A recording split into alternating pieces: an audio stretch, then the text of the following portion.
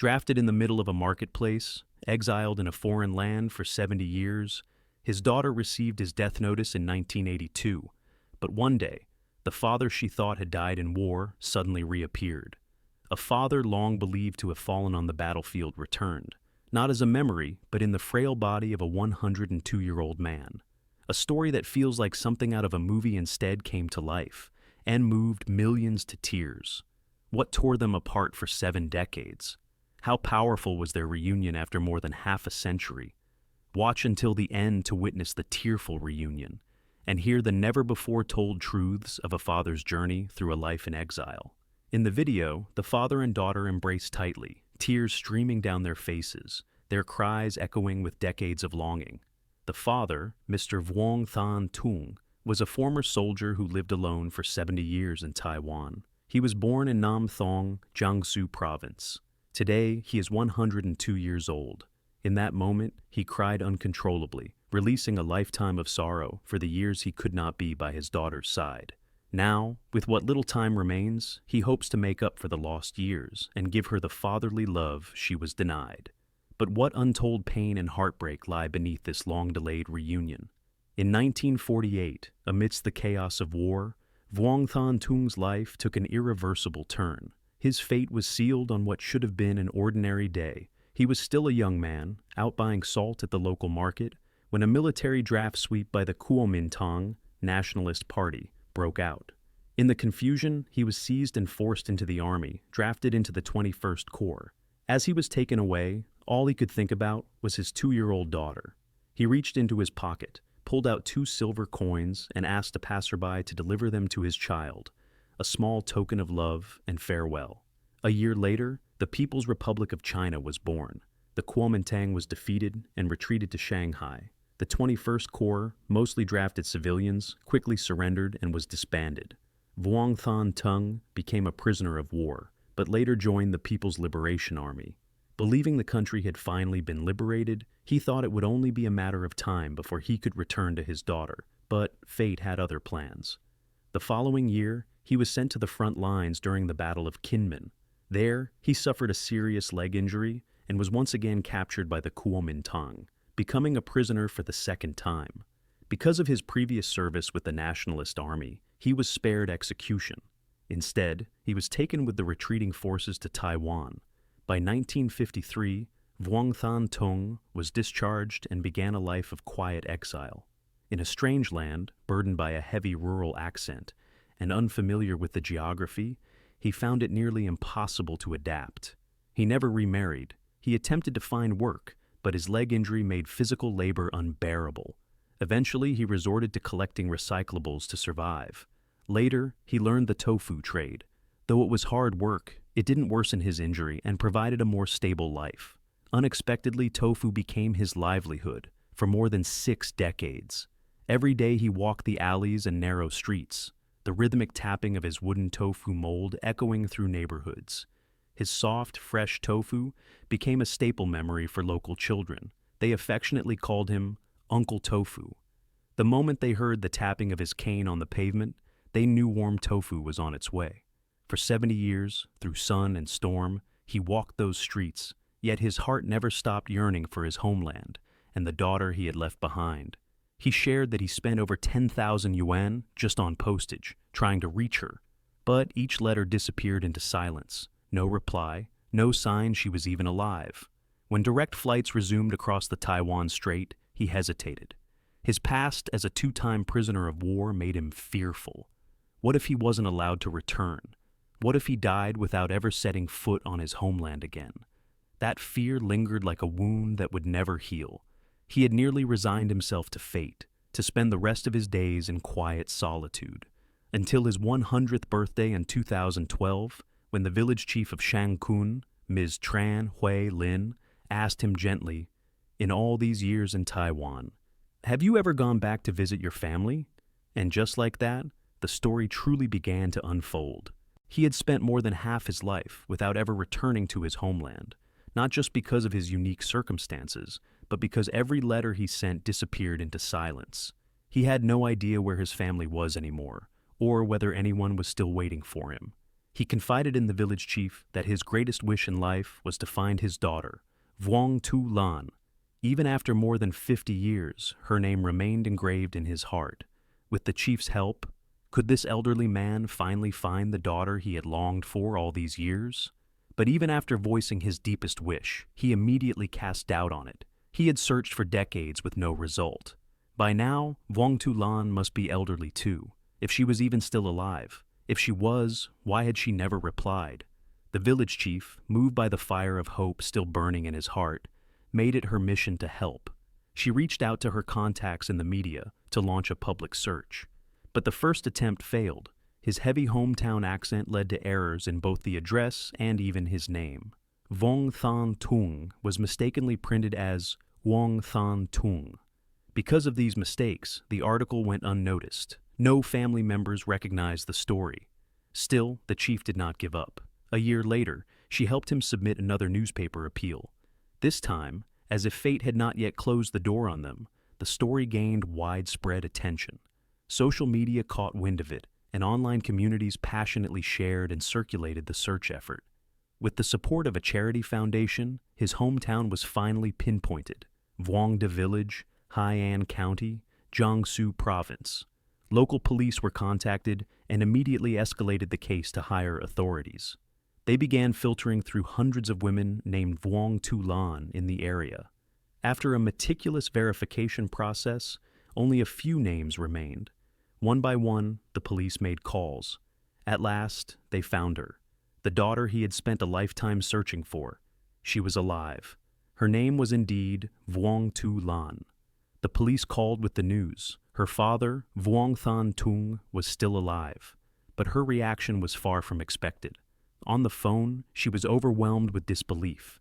She said, "I get calls like this sometimes. Someone says there's an old man who had a daughter named Vuong Tu Lan. But my father died when I was young. Everyone said he'd been gone for years. I even received a pension from the government." As it turned out, after the Battle of Kinmen, when Vuong Than Tung was captured, the Chinese army had presumed him dead. In 1982, he was officially declared a martyr. As a result, Vuong Tu Lan had received financial support for the family of a fallen soldier. So when she heard her father was still alive and had been searching for her all these years, she was in shock. Worried it might be a scam, she asked for a photo to verify his identity. The request passed through several hands before a photo of him was finally sent to her by the local police. And the moment she saw it, she knew. That man was her father. His face was nearly identical to that of her third uncle, the man who had raised her after her father disappeared. Even her husband gasped when he saw the photo. That face, they both remembered it so clearly. It had returned. Her mother, unable to withstand the pressure, abandoned her 7-year-old daughter and remarried. From that moment on, Vuong Tu Lan was raised by her third uncle and his wife. Because she had grown up so closely with them, it only took a glance for her to notice the striking resemblance between her uncle and her biological father. She had once thought her stepmother was kind, but whenever someone mentioned her father, a sharp pain pierced her heart. Other people have a father and a mother, but I had neither. Now, staring at the photo, Vuong Tu Lan's entire body trembled. She couldn't believe that after more than 70 years of separation, her father was still alive, and just across the strait in Taiwan. She made an immediate decision to go see him. Once everything was arranged, Vuong Tu Lan and her husband set out for Taiwan. Just thinking about seeing her father again made her so anxious she couldn't sleep the entire night. This time, she brought with her 2 silver coins, tokens her father had sent through a stranger the day he was taken away. Despite the hardships she had faced growing up, she had never spent them. Those coins were the only keepsake he left her, a lifelong treasure. After a long journey, she finally arrived at the meeting place, but there was no sign of her father. 30 minutes passed before a hunched old man slowly appeared in the distance. It was Vuong Than Tung. After more than half a century, father and daughter were finally reunited. He was 102 years old, with a lifetime of longing etched into every wrinkle on his face. So, why had he been late to such a precious moment? As they met, Vuong Tu Lan stepped forward to help him, but he gently refused. Though she recognized him instantly as her father, Vuong Than Tung held back. He couldn't yet believe that the woman standing before him was truly his daughter. He was cautious, guarded. Only then did those around them realize why he had arrived late. It wasn't hesitation. It was because he'd been locking his house.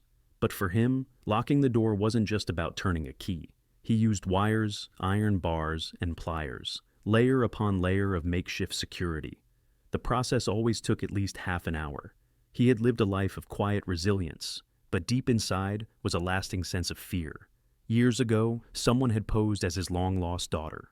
Trusting her, he handed over all his life savings, only for her to disappear without a trace.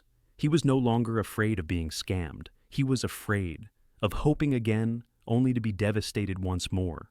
So, he had prepared a list of questions. Only if Wang Tulan could answer them all would he believe she was truly his daughter. She responded with ease to every question, but her father's skeptical tone hurt her, so she asked, "If you get to question me, then I have a question for you too. Where did you go? Why didn't you come back? You had a child with a woman you never married. People said it was shameful, immoral. My mother suffered so much." And in that moment, Vuong Than Tung finally believed. Only someone who had lived that truth could speak those words. Only his daughter would know about the silver coins and the love story that never had a chance. Overwhelmed with emotion, he immediately pulled out money, insisting on treating everyone to a meal. Without their help, he said, "This reunion may never have happened. You abandoned me once already. What makes you think you deserve to be called my father now?" Even in her reproach, the embrace between father and daughter, after more than half a century, brought tears to everyone's eyes. After the reunion, Vuong Tulan decided to bring her father back to the mainland. As the plane ascended, the image of family began to take shape in the old man's heart, as if, finally, he had found his way home. Knowing he was too old to endure much travel, she arranged for him to live with her daughter in Shanghai. Even now, the old man still couldn't quite grasp national boundaries or the geography of each region. In his memory, home was simply Jiangnan, or Jiangbei, the south or north of the Yangtze River. His granddaughter gently explained that this area used to be part of Jiangnan, but it now had a new name, Shanghai. Upon hearing that, the old man nodded with a serene smile, his face lighting up with quiet joy. The next day, the whole family continued their journey to his ancestral village. As they drove, he gazed out the window at the broad, smooth roads and couldn't help but sigh. So much has changed in my homeland. When they arrived, his granddaughter helped him into the house. The moment he sat down, he was served a bowl of local noodles, a simple dish, yet filled with the flavors of his childhood. It moved him to tears. Later, his daughter guided him to the altar of his third brother and sister-in-law, the ones who had raised Vuong Tulan in his absence. He bowed deeply, offering his heartfelt gratitude to the couple who had cared for his daughter during all the years he couldn't be there. Without them, this reunion might never have happened. But one regret remained. He never got the chance to thank them in person before they passed. Afterward, he insisted on visiting his parents' graves. With effort, he made his way there step by step, only to discover that the family burial site had long been leveled during land reform. In the end, he stood quietly on the land that once held his family's graves, lit a few sticks of incense, and burned paper offerings, sending his love to them in the afterlife.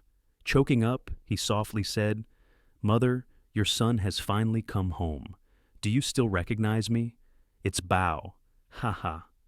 That night, the entire village welcomed him home with a brilliant fireworks display. Vuong Than Tung sat silently on the front porch, head tilted back, watching the dazzling bursts light up the night sky. His eyes sparkled, reflecting the firelight, like his past was being illuminated, piece by piece. The earth beneath his feet, the laughter in the air, the breeze of the countryside, the flare of fireworks. It all brought him back to the years he had lost. He was home. The long-lost son had finally found his way back. Life may scatter us far and wide, but family never fades with time. After more than 70 years of separation, father and daughter were finally reunited. Not in a dream, but in the deeply moving, miraculous reality of life. Have you ever experienced a tearful reunion like this? What do you think gives family the power to endure even time and war? Share your thoughts in the comments below. If this story deserves to be heard, Don't forget to like, share, and subscribe to our channel so you won't miss the next heartfelt story we bring to life. See you again in our upcoming emotional and meaningful videos.